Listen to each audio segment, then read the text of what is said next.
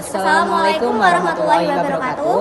Sebelumnya perkenalkan, nama saya Muhammad Aldo Pratama Saputra dan rekan saya Rifadina Salsabila. Kami sebagai perwakilan Lomba Penelitian Belia tahun 2023 dari SMA Negeri 2 Kudus. Kami mengucapkan terima kasih kepada Bapak Nur Afifuddin, SPD MPD, selaku Kepala Sekolah SMA Negeri 2 Kudus, dan Bapak Agib Setiawan, SPD MPD, selaku guru pembimbing dalam lomba penelitian ini. Izinkan kami untuk mempresentasikan hasil penelitian kami yang berjudul Eco-Friendly Fertilizer Detergent.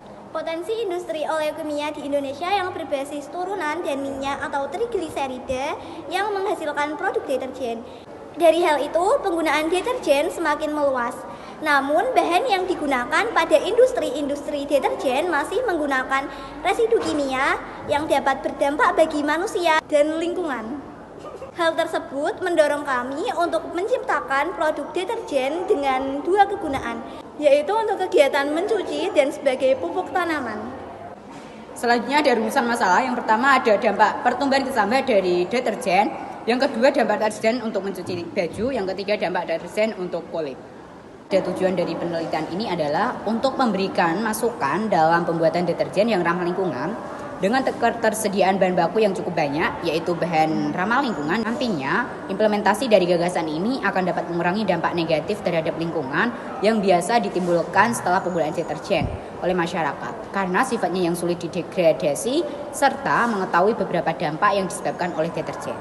Waktu dan tempat pelaksanaan kegiatan percobaan dalam penelitian kami dilakukan di Laboratorium Kimia Sekolah Menengah Atas Negeri 2 Kudus selama kurang lebih 2 minggu. Selanjutnya ada studi pustaka.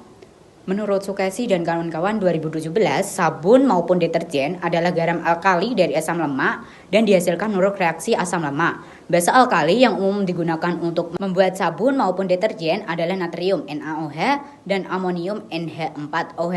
Sehingga rumus molekul selalu dinyatakan sebagai RCOONA, RCOOK atau RCOONH4. Selanjutnya, alat dari pembuatan produk ini adalah yang pertama gelas kimia ukuran 500 ml, yang kedua gelas kimia ukuran 100 ml, yang ketiga gelas kimia ukuran 250 ml sebanyak 2 biji, yang keempat gelas kimia ukuran 200 ml, yang kelima ada timbangan, keenam sendok kayu, ketujuh pipet, kedelapan blender, yang terakhir kesembilan ada kaca penyimpanan deterjen. Untuk bahan dalam pembuatan produk ini, yang pertama ada magnesium sulfat sebanyak 40 gram, yang kedua natrium karbonat sebanyak 40 gram, yang ketiga asam sitrat sebanyak 40 gram, yang keempat kacang tanah sebanyak 20 gram, yang kelima ada essential oil. Hasil dari penelitian ini sendiri mencakup 3 hal. Yang pertama, dampak deterjen bagi kulit, yang kedua dampak deterjen bagi pakaian, dan yang ketiga dampak deterjen bagi tanaman. Untuk dampak bagi kulit sendiri, deterjen kami tidak menimbulkan permasalahan iritasi pada kulit. Deterjen kami juga tidak menyebabkan tekstur kulit menjadi kasar. Nah, untuk dampak bagi pakaian, deterjen kami mampu membersihkan noda pada pakaian, tetapi terdapat kekurangan pada jumlah busa yang tidak cukup banyak. Selanjutnya untuk dampak pada tanaman, deterjen yang kami ciptakan terbuat dari salah satu bahan alami yang mengandung nitrogen, yang mana nitrogen baik untuk proses atau meningkatnya pertumbuhan tanaman.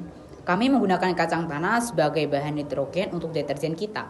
Dalam kacang tanah terdapat protein yang baik dan bermanfaat untuk pertumbuhan tanaman.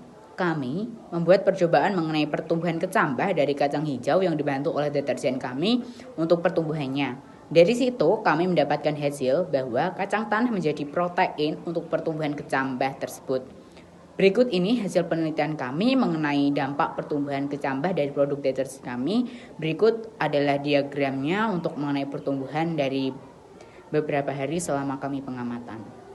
Dari hasil penelitian yang telah kami lakukan, deterjen B dapat membuat biji kacang hijau tumbuh.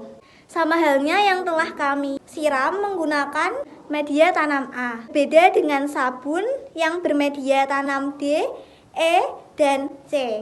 biji kacang hijau yang telah kami tanam, media tanam. Ketiga deterjen tersebut tidak dapat tumbuh. Oke, selanjutnya adalah terakhir, yaitu poin paling terpenting, yaitu ada kesimpulan. Jadi penelitian ini dilatar belakangi atas problem yang ada di lingkungan sekitar dengan beberapa metode penelitian dari observasi hingga eksperimen sehingga menghasilkan suatu produk yang bermanfaat untuk masyarakat. Hasil dari penelitian ini akhirnya dapat menjawab beberapa hipotesis yang kami rancang. Mari selamatkan bumi dengan deterjen EFFD.